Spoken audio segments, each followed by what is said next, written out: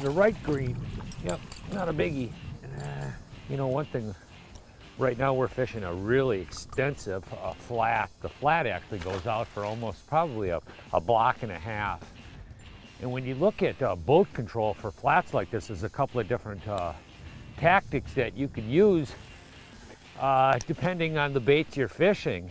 You could actually zigzag, and what I mean by zigzag is you can zigzag from deep water to the back of the flats like this over the flat.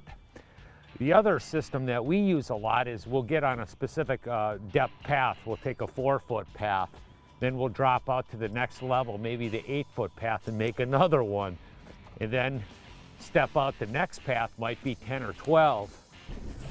But what you're trying to do is just initially sort of get tuned into the depth that the fish are really keyed in on a big flat like this.